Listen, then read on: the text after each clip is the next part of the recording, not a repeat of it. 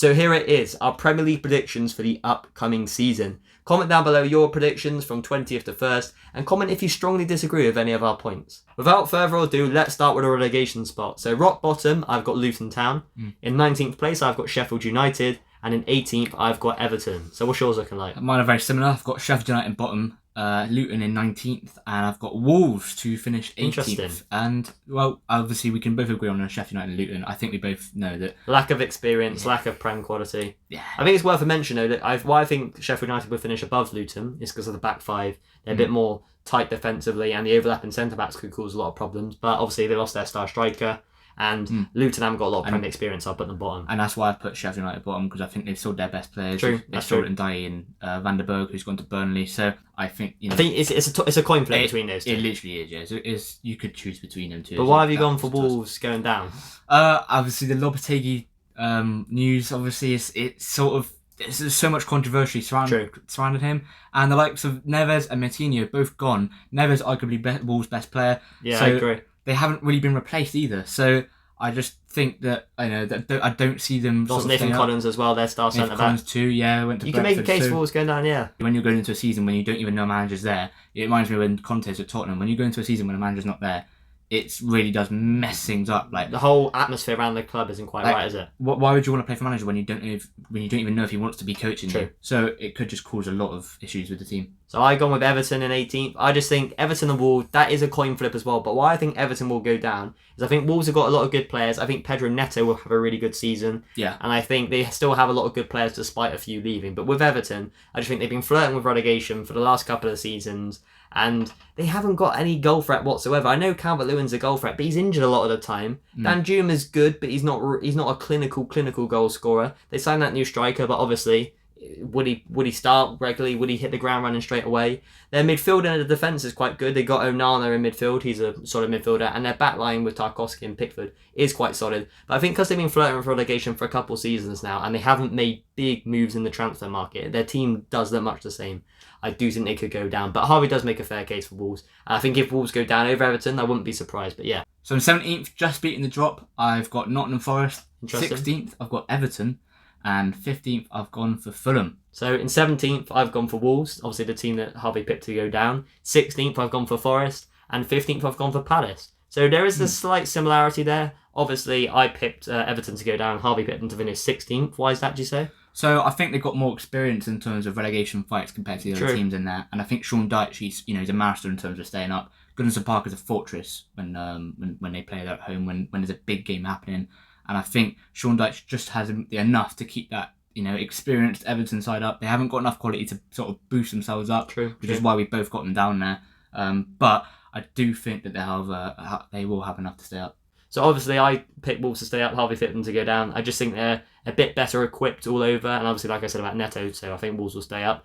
16th I said Forest. I just think Forest will have a decent season. I know it's not decent in the sense of they're finishing 12th, 13th, but I do think they won't get relegated. Gibbs White, Brennan Johnson, two quality players. Ole Aina's a good signing. Steve Cooper's a good manager. And 15th, Palace. And some people may think that's quite low because they've got players like Eze and Elise and Cheikh Doucouré in a solid back line. But I just think Lerma's their only signing. And obviously their striker positions. They've got, Mateta and Edouard. Pretty bang average. Lost Zaha. And if Elise goes to like either a City or a top team for like 35 million or something, I've seen it banded around, it could cost Palace. So that's why I put them in 15th and not any higher. Well, I've got Fulham in 15th, and I just think that they have a little bit of second season syndrome. And obviously the Mitrovic, obviously the transfer rumours going on with him. Will he go? Will he stay? So it's obviously a big hindrance to whether he does go. At least they got Paulinho though. They do have Paulinho. He's obviously a great player, and that's why I think they have enough quality to keep themselves above the relegation sort of fight. But Mitrovic, even if he does stay, will he want to play? Will he be motivated to play?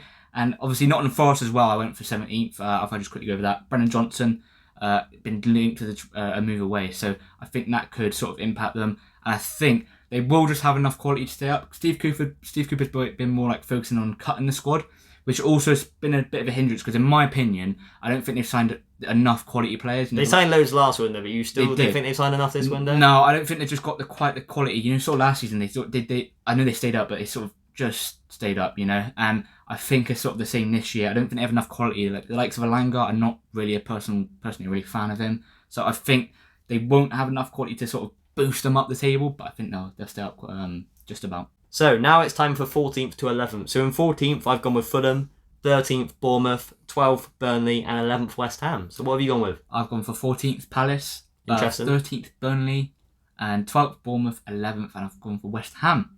I think West Ham, I think we can all agree that they're not going to have a great season. Obviously, they've got Europa League, lost Rice, and their team's pretty decent, but obviously the David Moyes thing is a bit up in the air. But I don't think they'll finish anything below that. I don't think David Moyes will last there at West Ham. Do you think Big Sam will come in?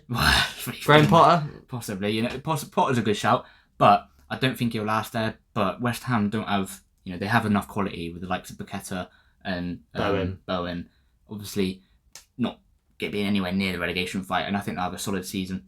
So obviously I put Bournemouth in 13th. I think their new manager is a really good appointment. Yes, Gary O'Neill, he did do well last season, but this manager's an upgrade. Iraola, good brand of football. Didn't he get to the semi-finals in the Copa del Rey last season? Yeah. Exactly. Good manager. Players like Clivert, Brooks will be like a new signing. Tavernier's obviously a good player. And they got a striker in Solanke who, he's not a world beater. He's not one of the best strikers in the league, but he's a solid Premier League striker. Occupies defenders, and a lot of teams in and around them don't have a striker they can rely on. So yeah, I think Bournemouth 13th, and you put Burnley 13th, didn't you? Yeah, I put Burnley 13th. Obviously Vincent Kompany, great manager, and absolutely dominated the Championship last season. And they remind me of Wolves sort of when they came up in the 18-19 season and finished 7th in 2 consecutive seasons. So I think Burnley won't do that well, but I think they have a capability of doing, good for their standards and getting mid-table. And as for Bournemouth, as you said, I think Tavernier is a great player. I think he'd be at a better club if he didn't have these injury issues. But that is why I've gone for them 12th, because I think they've got, as you said, the players to keep them there. Great signings and a great manager, in my opinion, too. So in 10th and 9th place, I've gone for Brentford and Brighton. Yeah, me the exact same, ironically. I think Brentford have finished 10th because I think they're just a solid team. They're obviously I agree. I think they've sort of solidified themselves as a Premier League club now. Nathan Collins, a great signing. They got that, was it Shard? Yeah, up top as well. Up top. So obviously Tony would be a miss. So it'd be interesting to see how they do manage that. But they've got the likes of Mbeumo too, who has the capabilities of scoring goals. We've seen that. Wissa would be it'll be one to watch out for. As a collective, can those three make up for Tony's goals, do you reckon? I think there's a chance. Perhaps not as much as Tony. Obviously, Tony was a ridiculous player, and he will be introduced back in January. Yeah. So he's not out for the full season, we've got to remember. Obviously, it will take him time, but he's not out for the full season. But I don't think they'll just fulfil Tony's goal tally, and that's they'll do a good job at it. I think he will, and that's why I've put them a little bit below from last season when they finished 9th, because I think they just don't have enough to obviously push in for Europe, but they're a consistent team, great manager, and I think 10th is where they'll finish. It's testament to Brentford, considering they don't have their star man, who's one of the best strikers in the league, to still finish 10th. It shows you how good their squad is. And Brighton 9th? Brighton 9th. So I just think Brighton will finish 9th. I don't think they'll push any higher, because obviously they've got the Europa League. I do think they will look at that, because although Liverpool do look like the favourites, you can't write off Brighton. De Zerbi, a fantastic manager. They signed players like De Hood on a free.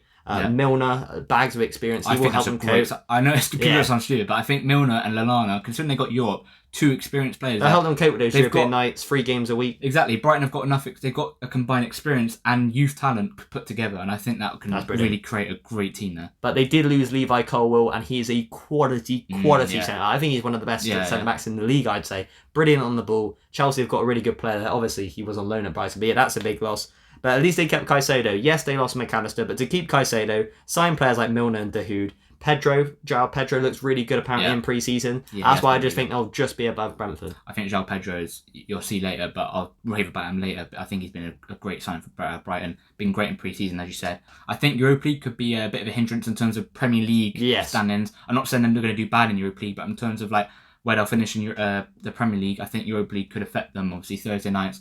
So now we move on to 8th and 7th. So the European spots. So in 8th, I've gone with Chelsea. That may seem quite low. And in 7th, I've gone with Villa. So what have you gone with? I've gone Villa 8th. Interesting. Yeah, and I've gone for Newcastle in 7th.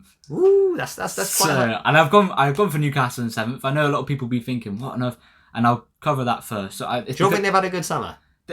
I'm not really a fan of it. I'll be honest. I think they haven't had a terrible summer, but I don't think they've sort of released the deadwood that they've wanted, that they perhaps want to get rid of. True. And they also haven't really brought in, apart from Tonali, who doesn't... I think Harvey Barnes is a really good signing. I see, that's the thing. Harvey Barnes is alright, but I don't think, him and Livramento, other than that, obviously, they got Tonali, who looks like he might not even want to be there, really. And in pre-season, it looks like he needs time to gel.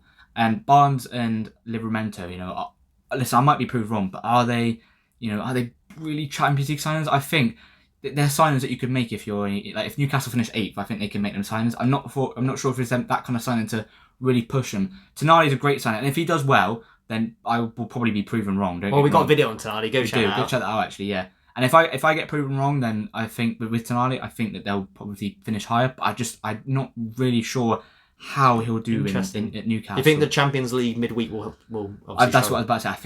I think that could be a little bit of a hindrance to them in terms of obviously the squad. They've still got like the likes of Jacob Murphy, who in my opinion I thought he'd be gone by now. I'm not saying he's terrible, but I'm not saying he's sort of the backup you need for being a Champions League side. Exactly, true. And I thought that the likes of him would be gone, and I think that would be better replaced. But listen, I might be proven wrong, but I think that is why Newcastle finished 7th. So obviously in 8th I put Chelsea, in 7th I put Villa. You put Villa in 8th. I think they'll do just fine. Obviously I think they could win the Europa Conference League. They've got a very good squad. Tielemans, Diaby, that's why I put Pau Torres. That's why I put 8th, because I think Conference League don't go far in that, and I think that could be a hindrance. What, so you would have put them higher? Well, possibly they could be in sort of the 7th, maybe 6th area without the Thursday nights, but that affects any team. That will, and their squad's not super deep neither. That's what I'm saying. Their squad's not deep enough to and like sort of compete in both competitions. They can't really do that. So that's why I think they'll finish 8th. And Unai Emery domestically doesn't have a great record, but I think was good last season. But traditionally, he's better in Europe. And I sort of tossed it between Brighton and Villa for 9th and 8th. It was more close. It's not between Newcastle and that of Villa. I think it's more between Villa and Brighton, because I think they both play Thursday, and I think it's the quality in terms of both teams. Villa maybe have a little bit more, and that's why I think there's not a weakness in that Villa team. I don't think not. You play that Villa team. No. I think 1 to 11, they're all solid in their positions, aren't they? Yeah. And very good signings in the summer window. So yeah, and why have you gone for Chelsea in 8th? So in 8th position, I've gone with Chelsea. Yes, no European football will do them good, but why I didn't put them any higher was I think this season will be a season where they have to acclimatise to Poch. They try and live up to what he wants, get used to his style of play. Players like Jackson, obviously very good. Cole coming back, really good. Levi Cole, I think he's a brilliant defender. But losing Kovacic, having not much Premier League experience in the squad, and having a team that don't really know each other, I just think this season it will be a season for jetting and a season for progressing, not a season where they'll be pushing for top 4. So now, here as we move on to Europa League positions, 6th and 5th. We are now finally in the... Before you jump in, 5th could be Champions League.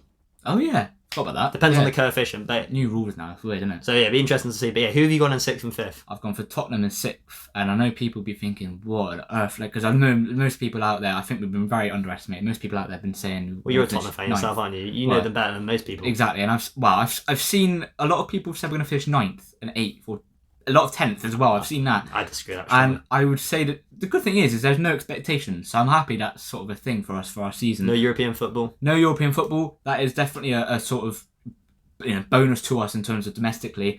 And I think if we sign another defender, I'm very confident we'll finish top 6. But with the signing of Van der Ven, who's recently just signed, I 100% see us getting probably 6th place. Kane staying as well. I think that sort of looks likely now. Do you reckon you'll push a top 4 at all?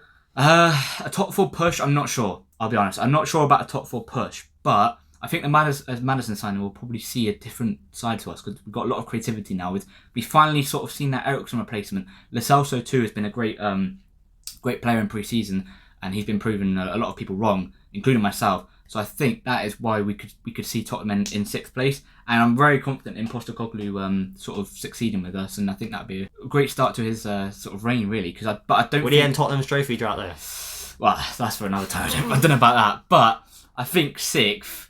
That's a successful season, but I don't think we'll finish top 4, because you've got to remember we're still on the transition here, and a 6th place finish would be very good. That's good. Obviously, I put Newcastle in 6th. Like Harvey said earlier on, there's a lot of things still going on. Newcastle Champions League football. Obviously, they've signed players like Tonali, who I think is a good signing, but obviously he's going to take time to jet in. Yeah. And Harvey Barnes, who I really like. He's been good in pre-season, and I think he will be really, really good. Elliot Anderson, Anthony Gordon, all good players. I think they'll improve this season. But like I said, because they got top 4 last season and they're playing Champions League, I do think that will affect them, because their squad isn't overly deep. They haven't got an abundance of midfielders. And if you look in the forward line as well, Almiron's form does dip here and there. Callum Wilson has a bad injury record. But yeah, I do think they'll do 6th. And in 5th, I put Tottenham, because above a Tottenham fan himself, I just think Postecoglou plays such an exciting brand of football that I just think Tottenham will do really well this season. Their attacking play will be really good. I think although their defence may not be watertight and they may not get as many clean sheets as they would have liked, I just think their attack will score so many goals that it will outweigh the amount of goals they let in. Our attack is one of the best in the league. So I think with Kane, Son, Kulusevski if he picks up his form, and like you said with the defence as well, although it's not great, you've got players like Adoji and Porro and obviously Van der Ven in defence, so they have got good names there in the back line. I've gone for Chelsea in fifth. Have you? Yeah, obviously as a Tottenham fan I know what Poch is like, and I think he'll be very, very successful there. He's cleared out a lot of the dead wood, which is what he did with us. Do you not think it's a bit naive, the team, and a bit inexperienced? No, that is a good shout. And Nkunku being injured, by the way, I think that's a big miss. 16 weeks, I think it's out for. Is it? Yeah. I didn't see how long it was for. So that could hinder my predictions. But I think the signing of Jackson's a very good signing. Looked good in pre-season. And I thought he was good when they first signed him. I know a lot of Chelsea fans are a bit of, there are a lot of questions around him. But I think he is a great striker and I think he'll put up some good numbers for them. But Poch, loves to utilise young, talented players, and I think, like you said, as much as an inexperienced team, I think we could see a sort of like Arsenal were under Arteta with in the early days. Yeah, when they finished fifth under Arteta with that young team, that energetic team, I can definitely see that happening with Poch. Interesting. I think he's got rid of the dead wood that they don't need, and I think there's probably still a few more to clear out, but he's got majority. The midfield does look a bit frail, though. I would say that, yeah. In terms of bodies, and I think they will look to make more signings, and that's why. Well, with their deep pockets, they could make plenty more. Well, exactly. They got money for days, and that's why with Poch being backed. As a Tottenham fan, we didn't see him backed, but he still produced way over the expectations. True, that's true. And you look at Chelsea's expectations now, a lot of people probably say 8th, 7th, maybe 6th, and I think Poch has that ability, especially with being backed. And you think they hit the ground running straight away? I think so, yeah, because they've looked good in pre-season. They're an energetic side, that's what they'll be. Okay. And I think his sort of style that he will implement on Chelsea, I think that could get him to a top 5 finish. Okay. So, now we're going to move on to 4th and 3rd place. So, in 4th place, I've gone with Man United, and in 3rd place, I've gone with Liverpool. So, who have you put 4th and 3rd? I've put the exact same. What, in the exact same order as well? Interesting. Yeah. Why have you gone with Man United in 4th? So, Man United, I think they'll have enough to get top 4. Their spine of their team is really solid. Onana, Casemiro, Bruno Fernandes, and now the new signing of Højlund. Do you reckon he hit the ground running straight away? Not really. He's got a slight injury, though, is concerned, hasn't he, at the start of the season? That is why. This is what I say. I don't think United will be title contenders. No. I don't think they'll be that because of the squad they have. Nowhere near enough depth, and I think United fans will agree with this. They lack goals as well. They do. And Højlund is a great signing, but he's not going to hit the ground running, let's be honest. He's not going to be getting the numbers that Harry Kane, for example. He's not going to get 20, 25 goals. I'd be very surprised if he did. If he does that, I'd be shocked, to be honest, because I think... They're still going to be reliant on Rashford this season? Yeah, I think they'll be quite reliant on Rashford, and I think they do have definitely enough to get top 4. I think to put them outside the top 4 would be a little bit... Yeah, outlandish. Yeah, I think that's a little bit, too outrageous. Solid back line, like you said, the midfield is arguably as good as anyone in the league with Fernandes, Casemiro and Mount. And yeah. And I've gone for Liverpool 3rd, but what have you gone for Liverpool 3rd? So, Liverpool 3rd's an interesting one because I would want to put them higher, but at this moment in time, whilst we're recording, Liverpool still have not signed a DM. They've lost Fabinho, they lost Henderson, so all they've really got there is Pochettino and McAllister, who can sort of play there, but Klopp said it today. He can't play as a lone 6, he's better when he's with a 2, which is he did show for Brighton. So it's who we sign as a defensive midfielder, because that is a so important position. Rodri, Rice, Casemiro, Partey, all these top teams have a proper DM there. So that's why I think that could cost Liverpool. Szoboszlai is obviously a good signing. McAllister's a good signing. And also the way Liverpool play would be interesting. Because if Trent drops into midfield, Robertson often bombs forward a lot. And a lot in pre-season, Liverpool have been conceding a lot of goals because it's often Van Dijk and Konate as a 2. And they're having to cope with maybe 3 or 4 attackers. And yes, they've got pace, but you're going to get exposed. So unless Liverpool sign a good DM, and even if they do sign Latvia, he's still very young, it'd be hard for them to really, shore up the back line and not ship goals. But obviously Alisson behind's a really good keeper. But what would do Liverpool really good is their attack. Salah, Jota, Nunez, Diaz and Gakpo. 5 elite attackers, all very, very good. And even Ben Doak as well. Watch him this season. Watch Ben Doak. He will be the surprise player. He's been so good in pre-season for Liverpool. Once he gets that final ball, he'll be really key. I think he will push Salah even this season and help Salah rest when obviously Liverpool play Europa League. So yeah, it'd be really interesting to see how Liverpool do this season. Me being a Liverpool fan myself, I'd like to put them higher. But because of the midfield issue, not having a proper DM, losing a lot of experience with Henderson and Milner not there,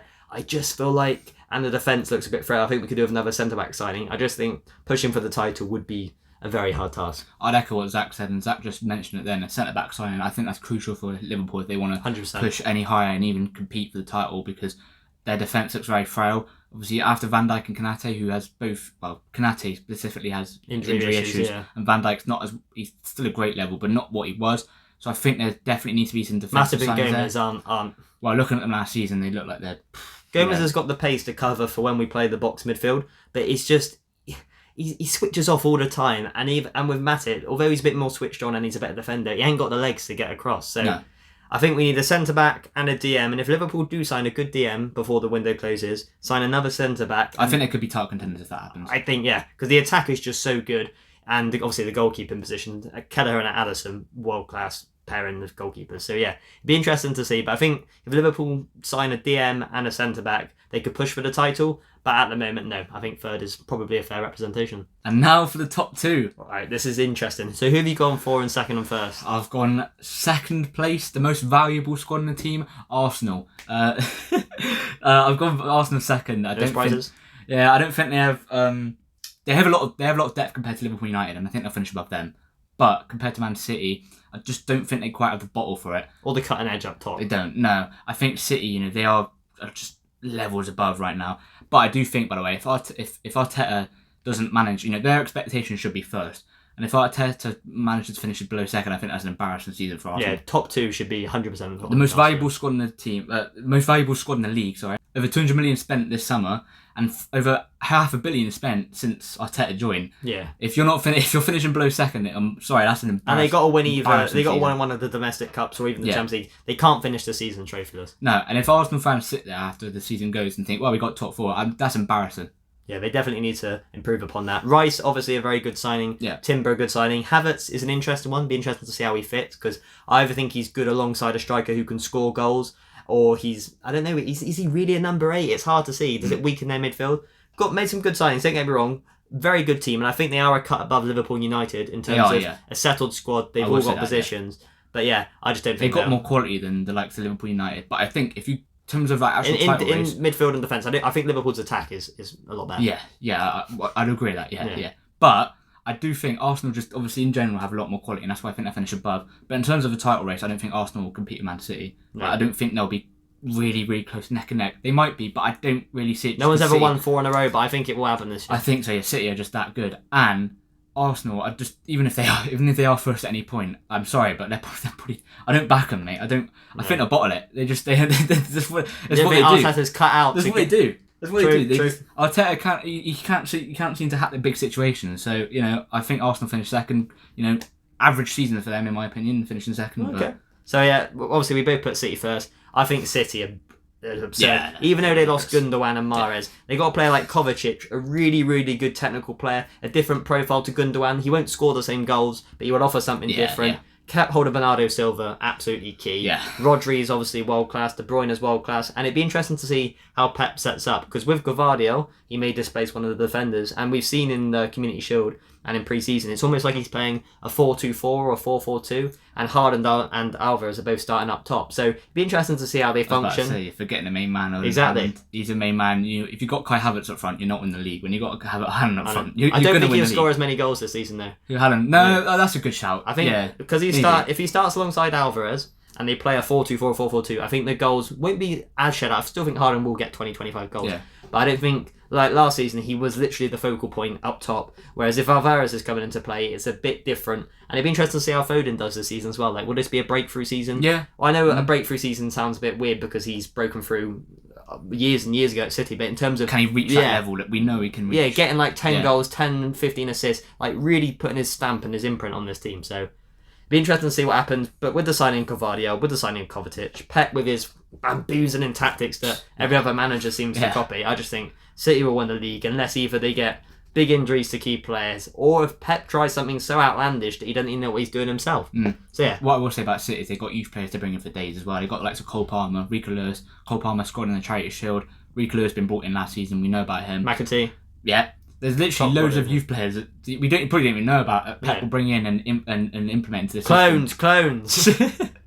But I think that they have so much talent, whether it's in the actual team, and I know a lot of people say their team, their squad's getting shallower, but they've also got that youth team that will just come in and they play just like they're a first team player. Exactly. So they're ridiculous. And I also think, by the way, just moving on to Arsenal as well, the Jesus injury, I think that'd be key. You can, like I said, you can't have Kai Havertz up front and win the league. Do you reckon Balogun will come in there? Possibly, yeah, but is he going to win your league? No, that's the thing with Arsenal. I think they're a very good team. He might be able to put like 10 goals in the French league, but it doesn't translate to the Premier League, does it? I think Pep's he's cut out for this more. I feel like with his evolution in his tactics, Yeah. it'd just be too much for the rest of the league. I really hope Liverpool, obviously being a Liverpool fan, we challenge. But like I said, until we either sign a DM or a centre back, I don't think we touch Arsenal or Liverpool or City this Pep's season. always evolving as well. Exactly. All the tactics, like you've seen the show playing a 4-4-2. Yeah. It's just always evolving into, like, you look at Arsenal and Liverpool and Tottenham to a certain extent, the way they're sort of, you know, playing a similar style to Pep last season, but Pep is now suddenly playing a 4-4-2. Yeah, exactly. And he's just suddenly got constant evolution. All of the back four are now centre backs. Like, it's just always evolving, and it's always everyone else having to keep up, and I just don't think anyone can. Personally, I'd rather Arsenal win the league because Liverpool and City have been battling out for years, and I just don't want City to win anymore. But yeah, obviously, Harvey being a Tottenham fan. City can win as many leagues as they want. Yeah, exactly. I don't know. It'd be interesting to see, but yeah, I think we both agree City first, Yeah. Arsenal second. So before we wrap up the video, we're going to go for our top scorer, player of the season, top assist maker, and our surprise player of the season. Yeah. So, who was your surprise player of the season? You might have heard it throughout the video, but who was your surprise player? Well, if you listened back early in the video, I said to keep tuned when I said about João Pedro, and I think that is my star player this season. Great signing for Brighton. Young player, and he's looked really good in pre-season. He's linked up really well with the players there, and he's got great chemistry with them. Dribbling is great goal scorer, and was really good at Watford too. And I think Brighton could certainly transform into a great, fantastic player for them. Interesting. So I'd go with Pedro Neto. I said at the start, I just think he could have a really, really good season this season for Wolves. But obviously, it's very dependent on how the rest of the team do, because Wolves will be in a bit of a predicament this season. But I do think he could be the surprise player. Honourable mentions, Eze. He could really take Palace by storm this season. Good shout, And Ben Doak. You may think I've been waffling about Ben Doak, and you may think he's laughing, but you wait. If Ben Doak gets given a chance this season, you'll watch him cook. Once his final ball improves, he will be one of the best wingers in the Premier League when he's like 18, 19. Give him a year or two, it'd be up there. He's just so talented. I just watching him play in pre-season, like, he's playing against Bayern Munich and he's skinning their fullbacks and he's running around. He could be the surprise player, but it depends on minutes. I think he'll feature a lot more in the Europa League. So, yeah, Pedro Neto or Eze will probably be my surprise player. So, who's your top scorer? My top goal scorer is, no surprise, Erling Haaland. Oh, interesting. I would have gone probably... Well, I wouldn't have gone for Harry Kane because Haaland plays in a much better team, but Harry Kane would have been close. But I'm not sure if he's going to stay. I think he will, but there's no guarantee. Bayern look like they're going to put another bid in. By the time this video comes out, they might already have, and it might have been accepted, rejected, I don't know. But I think Kane is linked to the move away, like he could go. But Haaland plays for City, scores goals. You know, it's hard to argue. I'll be honest, like, I know a lot of them are tap-ins because they are tap-ins, but they're Got to be in the right goals. place at the right time. They They're do goals. count. They all count. They're goals. They're tap-ins, but they're goals, and they're going to win you the Golden Boot. At the end of the day, what wins you the Golden Boot? Goals. You know, it's nothing else. It's not expected goals or XG or whatever. It's just goals, and Haaland puts a ball in the back of the net, and I think that's why he'll get Golden Boot. What about you? Well, I think it'd be Harry Kane. This Yeah. may sound outlandish, but like I said earlier on, I feel like Pep, there's going to be less of a reliance on Haaland for goals this season, Right. especially if they play that 4-4-2 or 4-2-4 with Alvarez. I still think Haaland will notch up at least 20, 25 goals. And I know with Tottenham's system and Postecoglou's style of play, the Kane necessarily isn't the centrepiece. He's not just going to be the main goal threat. But I do think him and Haaland, I do think it'd be close, but I think they'll notch her up around 20, 25, maybe 30 goals each this season. And I think it'd be really close, but I think I might just edge Harry Kane. But I did, like I said Harry Kane would be close if he does stay. But James Maddison provides so much more creativity in terms of contributing to Kane's goals. The only thing is compared to Oliver Skip, isn't it? So well, yeah, compared to Skip and Højbjerg as a midfielder, is much better now. But the only thing is with Maddison is his injury issues. He has a lot of injury issues, and that could hinder Kane's performances just because of the lack of creativity. So we've got to hope Maddison stays fit. But does Maddison stay fit? Then I think Kane will. I think Kane will certainly be up there without a doubt. So who's your top assist maker? My top assist maker. For me, it's between two players. Well, I've gone. I think it's probably an obvious one, but I will mention the dark horse. But I've gone for Kevin De Bruyne. But a dark horse is Mohamed Salah. Oh, interesting. You think he'll be top assist maker this season? What I've learned from pre-season is Mohamed Salah is he's got a lot of creativity. And He's a very good passer of the ball, isn't he? He is, yeah. And as good as a goal scorer he is, he sort of takes more of a back foot in terms of creating more.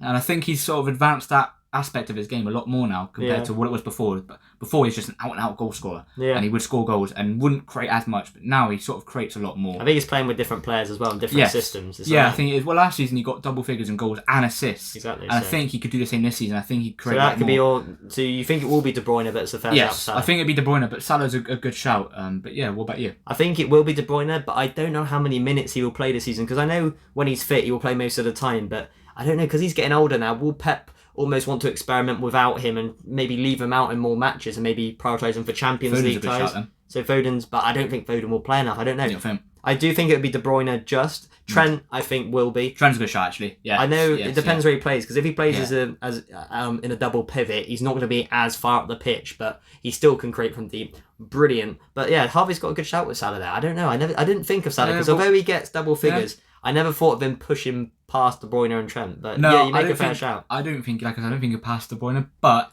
if Saka's right and De Bruyne doesn't play as much as maybe people expect him to, Yeah. I think that is where Salah could come in and put the numbers up, because Liverpool have the best attack, especially in terms of Bodies. in terms of depth. They probably have arguably one of the best attacks in the league, and Salah obviously is a big part of that. So having that with you and creating a lot more for quality players, I think that could just add your numbers up to your assists anyway. Like last season, finished at 5th, but Salah had, like I said, double goals, double assists. So I think that's where we could see Interesting. see him put a push for that Playmaker award. So who do you think will win Player of the Season? Player of the season, it's a tough one, but I think it's between.